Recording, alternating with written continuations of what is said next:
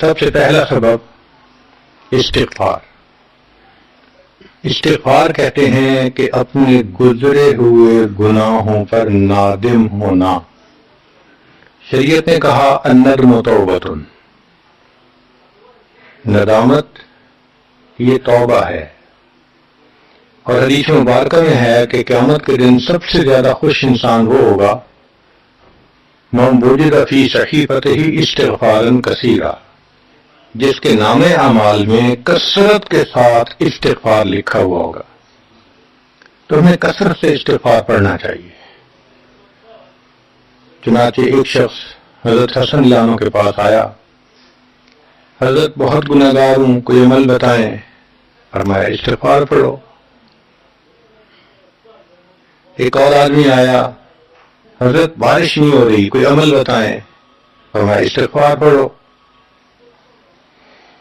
پھر ایک آدمی آیا کہ حضرت بہت قرضہ چڑھ گیا، دعا کریں کہ کوئی اسباب بن جائیں رزق کے، مال کے، تاکہ قرضہ اتر جائے۔ فرمایا استغفار پڑھو۔ پھر ایک شخص آیا کہ حضرت دعا کریں اللہ مجھے بیٹا دے دے۔ فرمایا استغفار کرو۔ ایک آدمی آیا میرا باغ ہے، دعا کریں کہ میرا پھل زیادہ لگے۔ فرمایا استغفار کرو۔ ایک آدمی آیا میری کھیتی باڑی کی زمین ہے، دعا کریں پانی اندر سے نکل آئے۔ فرمایا استغفار کرو۔ اب سننے والا حیران کہ مختلف لوگ مختلف ضروریات آ کر بیان کرتے رہے، سب کے لیے ایک ہی جواب۔ تو اس نے پوچھا کہ حضرت کیا مسئلہ؟ تو فرمایا کہ دیکھو یہ جواب میں نے اپنی طرف سے نہیں دیا، قرآن مجید سے دیا ہے۔ اللہ تعالی ارشاد فرماتے ہیں قرآن مجید میں فَقُلْتُ اسْتَغْفِرُوا رَبَّكُمْ إِنَّهُ كَانَ غَفَّارًا۔ تو سب سے پہلے استغفار کرنے سے گناہوں کی بخشش ہوتی ہے۔ یُرْسِلِ السَّمَاءَ عَلَيْكُمْ مِدْرَارًا، تمہارے اوپر اللہ بارشیں برسائے گا۔ وَيُمْدِدْكُمْ بِأَمْوَالٍ، اللہ مال کے ذریعے تمہاری مدد کرے گا۔ وَبَنِينَ، اور بیٹوں کے ذریعے مدد کرے گا۔ وَيَجْعَلْ لَكُمْ جَنَّاتٍ، اور اللہ تعالیٰ تمہیں درختوں پہ پھل زیادہ عطا کرے گا۔ وَيَجْعَلْ لَكُمْ أَنْهَارًا، اور اللہ تعالیٰ تمہارے لیے زمین سے چشمے جاری فرما دے گا۔ آپ اگر غور کریں تو ہماری روزمرہ کی جو پریشانیاں ہیں وہ انہی میں سے ہیں۔ کوئی بیٹے کے لیے پریشان، کوئی کاروبار کے لیے پریشان، کوئی قرضوں کی وجہ سے پریشان۔ اس کا مطلب یہ ہے کہ اگر ہم استغفار کرنے کی عادت ڈال لیں تو ہمیں کسی اور عمل کی ضرورت ہی نہیں ہے۔ اور یہ عمل قرآن مجید میں بتایا گیا ہے، یہ پروردگار عالم کا کلام ہے۔ ہم استغفار کم کرتے ہیں، کم از کم 100 مرتبہ صبح اور شام استغفار کا کرنا معمول بنا لینا چاہیے۔ آپ لوگ ڈرائیو کرتے ہیں اپنے دفتر جاتے ہوئے تو راستے میں جو آدھا گھنٹہ لگ جائے اس میں کیا کرنا ہوتا ہے؟ بعض لوگ نعت سن لیتے ہیں، تلاوت سن لیتے ہیں، وہ بھی عبادت ہے، لیکن اس سے زیادہ بہتر یہ ہے کہ انسان خود پڑھے کچھ۔ تو اگر اس دوران آپ استغفر اللہ ہی پڑھتے رہیں تو سینکڑوں دفعہ استغفار نامہ اعمال میں لکھا جائے گا۔ اور اگر پورا پڑھ لیں استغفر اللہ ربی من کل ذنب واتوب الیہ، تو یہ سونے پہ سہاگے والی بات ہے۔ تو اپنے ٹائمنگز کو ایسے ایڈجسٹ کریں کہ اس میں درود استغفار کثرت کے ساتھ آپ پڑھ سکیں، کیونکہ حدیث پاک میں یہ فرمانا کہ قیامت کے دن وہ بندہ بہت خوش ہوگا جس کے نام اعمال میں استغفار زیادہ ہوگا۔ دوسرا سبب ہے توبہ۔ توبہ اور استغفار بہت قریب قریب ہیں، ان میں لائن آف ڈیمارکیشن ڈالنا تھوڑا ڈیفیکلٹ ہے، مگر علماء نے لکھا ہے کہ استغفار پچھلے گناہوں پہ ریپینٹنس کو کہتے ہیں، اور توبہ آئندہ گناہوں کو کمٹ نہ کرنا، اس کی کمٹمنٹ کرنا، عزم کرنا، اس کو کہتے ہیں۔ توبہ عزم جازم، ایک عہد کرنا کہ میں نے آج کے بعد گناہ نہیں کرنا، یہ توبہ کہلاتا ہے۔ تو گویا توبہ کا تعلق آئندہ گناہ نہ کرنا، استغفار کا تعلق پاسٹ کے ساتھ ہے کہ میں نے جو کیا برا کیا، اللہ بس میری غلطی کو پلیز معاف کر دیں، اس کو استغفار کہتے ہیں۔ اور یہ استغفار کا حکم اللہ رب العزت نے اپنے حبیب صلی اللہ علیہ وسلم کو دیا، فسبح بحمد ربک واستغفرہ، حکم ہے، صیغہ ہے امر کا۔ اللہ کے محبوب صلی اللہ علیہ وسلم کو اگر یہ حکم ہے تو سوچئے پھر ہمیں استغفار کرنے کی کتنی ضرورت ہے۔ توبہ ہر بندے پہ کرنی ضروری، چنانچہ کافر ہے تو وہ کفر سے توبہ کر کے مسلمان بن جائے، مومن ہے گناہوں سے توبہ کر کے نیک بن جائے۔ جو نیک ہے وہ جو اپنے اعمال کے اندر غفلت ہوتی ہے، نماز کی غفلت، ذکر میں غفلت، تلاوت میں غفلت، اس غفلت سے توبہ کرے، اور جو کہے کہ جی میں تو اس سے بھی توبہ کرتا ہوں، تو بھائی ہم جو اعمال کرتے ہیں یہ اس کوالٹی کے تو نہیں کہ اللہ تعالیٰ کے ہاں قبولیت پا سکیں۔ اب پھر استغفار کرنا کہ اللہ اس کو قبول کر لیجئے، کیونکہ اللہ کے محبوب صلی اللہ علیہ وسلم نے فرمایا ما عبدنا کا حق کا عبادت، اے اللہ ہم نے عبادت نہیں کی جیسے عبادت کرنے کا حق تھا۔ اگر سید الاولین والآخرین صلی اللہ علیہ وسلم یہ فرماتے ہیں، ہم کے کھیتی گاجر مولی ہیں، ہماری عبادتیں کیا عبادتیں ہیں؟ تو استغفار کرنا، توبہ کرنا ہم میں سے ہر بندے پر لازم ہے۔ تیسری چیز جس سے کہ گناہ معاف ہوتے ہیں، الحسنات الماحیہ، نیکیاں۔ جو انسان نیک اعمال کرتا ہے تو گناہ دھل جاتے ہیں۔ نیک اعمال کی مثال صابن کی ہے، گناہوں کی مثال میل کی ہے۔ صابن جتنا زیادہ لگتا ہے اتنا میل دھل جاتی ہے۔ ان الحسنات یذہبن السیئات، یہاں شیطان دھوکہ دیتا ہے۔ مثلا اگر کوئی بچہ تعلیم پا رہا ہے مگر کوئی گناہ بھی کرتا ہے، تیرے علم کا کیا فائدہ، گناہ تو چھوڑتا نہیں۔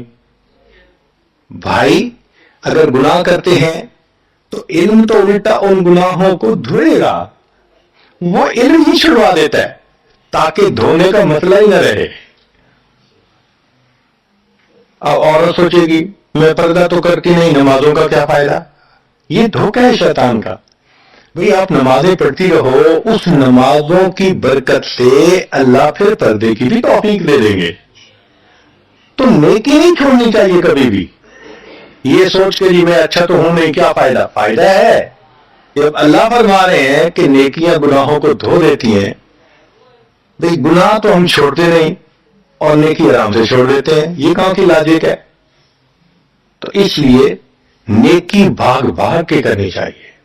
اگر گناہ ہے تو نیکی اور زیادہ کریں تاکہ نیکی کی برکت سے گناہوں کی ظلمت ختم ہو جائے اور دھل جائے۔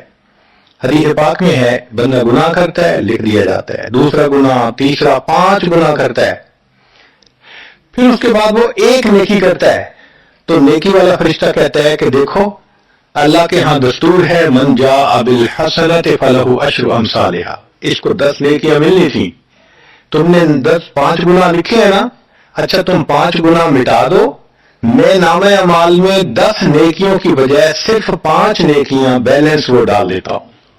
چنانچہ 5 گناہ مٹا دیے جاتے ہیں، 5 نیکیاں نامہ اعمال میں لکھ دی جاتی ہے۔ اس لیے خوب نیکی کرنی چاہیے تاکہ اللہ تعالیٰ گناہوں کی ظلمت سے ہمیں محفوظ فرما دے۔ چوتھی چیز جس سے کہ گناہ معاف ہوتے ہیں، دعاء المؤمنین للمؤمن، جو ایمان والے ایک دوسرے کے لیے دعائیں کرتے ہیں اس سے بھی گناہ معاف ہوتے ہیں۔ چنانچہ عمر لانو جا رہے تھے عمرے کے لیے، نبی اسلام نے فرمایا اے بھائی ہمیں اپنی دعاؤں میں نہ بھولنا۔ تو نبی اسلام نے امت کو تعلیم دی کہ ایک دوسرے کو دعاؤں کے لیے کہنا چاہیے۔ یہ بہت اچھی عادت ہے کہ جب کسی سے ملیں جی ہمیں اپنی دعاؤں میں یاد رکھیں، والدین کو کہنا، بڑوں کو کہنا، دوستوں کو کہنا، کیا معلوم کس کی مانگی ہوئی دعا کام آ جائے۔ اس دعا کا فائدہ ہوتا ہے نا، تبھی تو قرآن مجید میں دعا سکھائی گئی، ربنا اغفر لنا ولاخواننا الذین سبقونا بالایمان، اے اللہ جو ہم سے پہلے ایمان والے چلے گئے ان کی بھی مغفرت فرما دے۔ تو فائدہ ہوتا ہے تو قرآن نے دعا سکھائی ہے نا۔ تو ایمان والوں کی دعاؤں سے دوسرے ایمان والوں کو فائدہ ہوتا ہے. حدیث پاک میں ہے دوست کی دعا دوست کے پیچھے رد نہیں کی جاتی. کیوں؟ اس میں خلوص ہوتا ہے. تو اس لیے حدیث پاک میں ہے، مسلم شریف کی روایت ہے کہ اگر کوئی آدمی فوت ہو جائے اور 40 آدمی جنازہ پڑھ لیں جو ایمان والے ہوں، توحید والے ہوں، فرمایا ما من رجل مسلم يموت فيقوم على جنازته 40 رجلا لا يشركون بالله شيئا الا شفعهم الله فيه. اللہ 40 بندوں کی نماز جنازہ کو قبول کر کے میت کی مغفرت فرما دیتے ہیں. پانچواں عمل ما یعمل للمیت من اعمال البر. ہم اپنے فوت شدہ لوگوں کے لیے جو نفل کے کوئی نیک کام کرتے ہیں اس سے بھی ان کے گناہ معاف ہوتے ہیں. مثلا صدقہ کر دیا، قرآن پاک پڑھا، ان کو بخش دیا، ان کی طرف سے عمرہ کیا، حج کیا، ان نفلی اعمال کا ثواب ان کو ملتا ہے. اس کی وجہ سے ان کے گناہوں کو معاف کر دیا جاتا ہے.